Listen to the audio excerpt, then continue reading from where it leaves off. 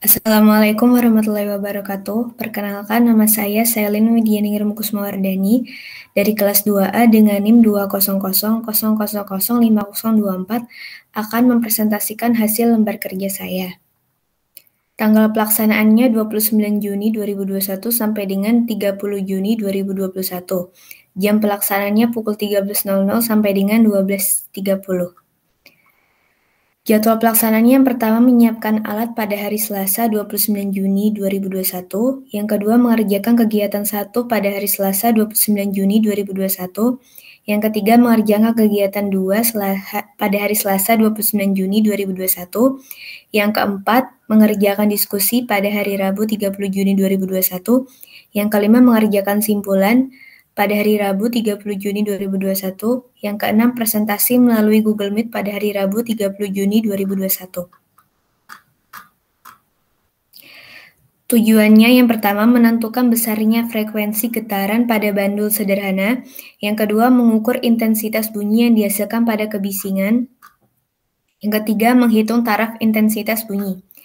Alat dan bahan yang pertama tali kenur atau senar sepanjang 100 cm, bandul timbangan atau batu kerikil 1 buah, penyangga 2 buah, busur 1 buah, penggaris 1 buah, stopwatch 1 buah, alat tulis 1 buah, sumber bunyi 1-2, dan aplikasi soundmeter 1 buah.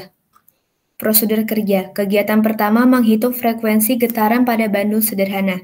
Yang pertama, siapkan alat dan bahan yang diperlukan dalam kegiatan praktikum. Yang kedua, ikatlah beban pada tali, sehingga panjang tali ke beban menjadi 10 cm seperti pada gambar di bawah ini. Yang ketiga, tariklah beban ke samping kiri sepanjang 10 derajat, ukurlah menggunakan busur. Yang keempat, lepaskan bandul secara bersamaan dengan menghidupkan stopwatch. Hitung waktu untuk melakukan 10 kali getaran, kemudian matikan stopwatch.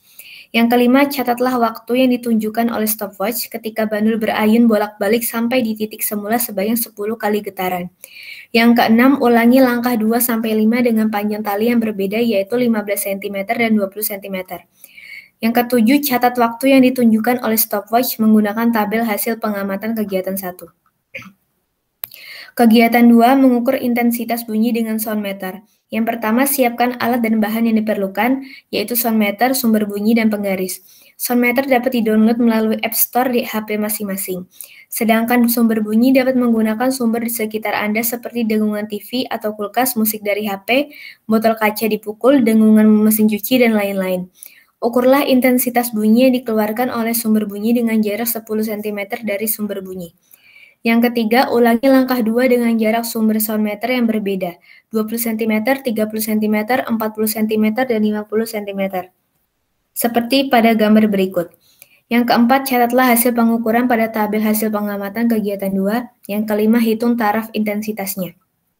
Hasil pengamatan kegiatan 1, panjang tali 10 cm, simpangannya 10 derajat, jumlah getarannya 10, waktunya 6,29 detik dengan periode 0,629 detik, frekuensi 1,589 Hz.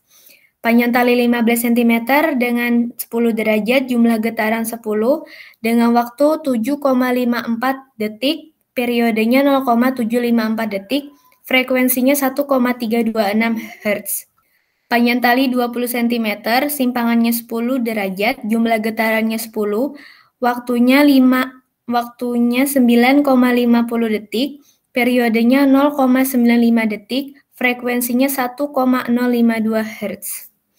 Hasil pengamatan kegiatan 2, jarak sumber bunyi ke soundmeter 10 cm, taraf intensitasnya 48,1 desibel, intensitas bunyinya 10 pangkat min 7,19 W per M kuadrat. Jarak sumber yang kedua yaitu 20 cm dengan taraf intensitasnya 47,8 desibel, intensitas bunyinya 10 pangkat min 7,22. Jarak sumber yang ketiga 30 cm dengan taraf intensitasnya 45,2 desibel dengan intensitas bunyi 10 pangkat minus 7,48. Jarak sumber yang keempat 40 cm dengan taraf intensitas 43,1 desibel, intensitas bunyinya 10 pangkat min 7,69, Jarak sumber bunyi yang kelima yaitu 50 cm dengan taraf intensitas 41,0 desibel, intensitas bunyinya 10⁻⁻7,90. Diskusi.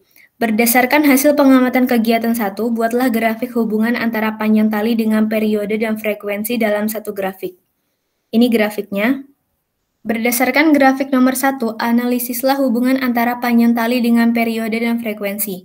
Hubungannya adalah panjang tali dengan periode berbanding lurus. Semakin panjang tali, maka periode akan semakin besar. Sedangkan panjang tali berbanding terbalik dengan frekuensi. Semakin panjang tali, maka frekuensi akan semakin kecil. Yang ketiga, berdasarkan hasil pengamatan kegiatan 1, buatlah grafik hubungan antara sudut simpangan dengan periode dan frekuensi dalam satu grafik. Ini grafiknya. Nomor 4, berdasarkan grafik nomor 3, analisislah hubungan antara sudut simpangan dengan periode dan frekuensi. Hubungannya adalah besar sudut simpang yang sama menghasilkan nilai periode dan frekuensi yang berbeda tergantung dari panjang talinya. Yang kelima, bandul sederhana bermasa 200 gram digantung pada tali yang panjangnya 90 cm. Jika gaya gravitasi bumi adalah 10 meter per sekon kuadrat, maka tentukan frekuensi dan periode bandul tersebut. Diketahui M sama dengan 200 gram, L sama dengan 90 cm diubah menjadi meter menjadi 0,9 meter, G sama dengan 10 M per sekon kuadrat. Ditanya frekuensi dan periode bandul. Periode bandul tersebut adalah 0,6 pi sekon, sementara frekuensinya 1,66 pi Hz. Yang keenam, berdasarkan hasil pengamatan kegiatan 2, buatlah grafik hubungan antara jarak sumber bunyi dengan intensitas bunyi. Ini grafiknya. Berdasarkan grafik nomor 5, analisislah hubungan antara jarak sumber bunyi dengan intensitas bunyi. Semakin besar jaraknya, maka semakin kecil intensitas bunyinya. Begitu pula sebaliknya, semakin kecil jaraknya, maka semakin besar intensitas bunyinya. Yang kedelapan, kegiatan 2 dapat mengenalkan Anda pada istilah noisy atau kebisingan. Jelaskan bagaimana sumber bunyi dapat dikategorikan sebagai noisy atau bising. Sumber bunyi yang bisa dikategorikan sebagai noisy atau bising adalah bunyi saat kita berada di jalan raya. Saat kita berada di jalan raya, intensitas kebisingan bisa mencapai 80 desibel ke atas, sedangkan manusia hanya memiliki batas pendengaran 80 desibel. Tuliskan sumber bunyi apa saja di lingkunganmu yang termasuk dalam kategori bising beserta besarnya intensitas bunyinya. Jelaskan pula bahaya kebisingan tersebut bagi manusia. Sumber bunyi yang termasuk kategori bising di lingkungan saya adalah suara knalpot motor dengan besar 83 desibel. Bahaya dari kebisingan tersebut yaitu bisa mengalami gangguan psikologis seperti pusing atau sakit kepala, gangguan psikologis seperti kurang fokus, gangguan komunikasi atau tidak mendengar, dan keseimbangan vertigo atau mual. Yang ke-10, mesin jahit yang sedang bekerja memiliki intensitas bunyi sebesar 2 kali 10 pangkat min 9 watt per meter persegi. Jika intensitas ambang batasnya adalah 10 pangkat min 12 watt per meter persegi, sedangkan dalam UKM tersebut terdapat 15 mesin jahit, maka tentukan besarnya taraf intensitas bunyi jika seluruh mesin jahit bekerja secara bersama-sama. Besar taraf intensitas bunyi jika seluruh mesin jahit bekerja secara bersama-sama yaitu 60 desibel. Kesimpulannya adalah nilai periode dipengaruhi oleh beberapa faktor, di antaranya panjang tali yang digunakan dan sudut simpangan. Sedangkan faktor yang tidak mempengaruhi periode adalah massa dan diameter bandul. Panjang tali mempengaruhi periode karena hubungan panjang tali dengan periode bandul berbanding lurus. Semakin panjang tali, maka periode bandul akan semakin besar. Dan semakin pendek tali yang digunakan, maka nilai periode akan semakin kecil. Sekian yang bisa saya sampaikan, kurang lebihnya mohon maaf. Wassalamualaikum warahmatullahi wabarakatuh.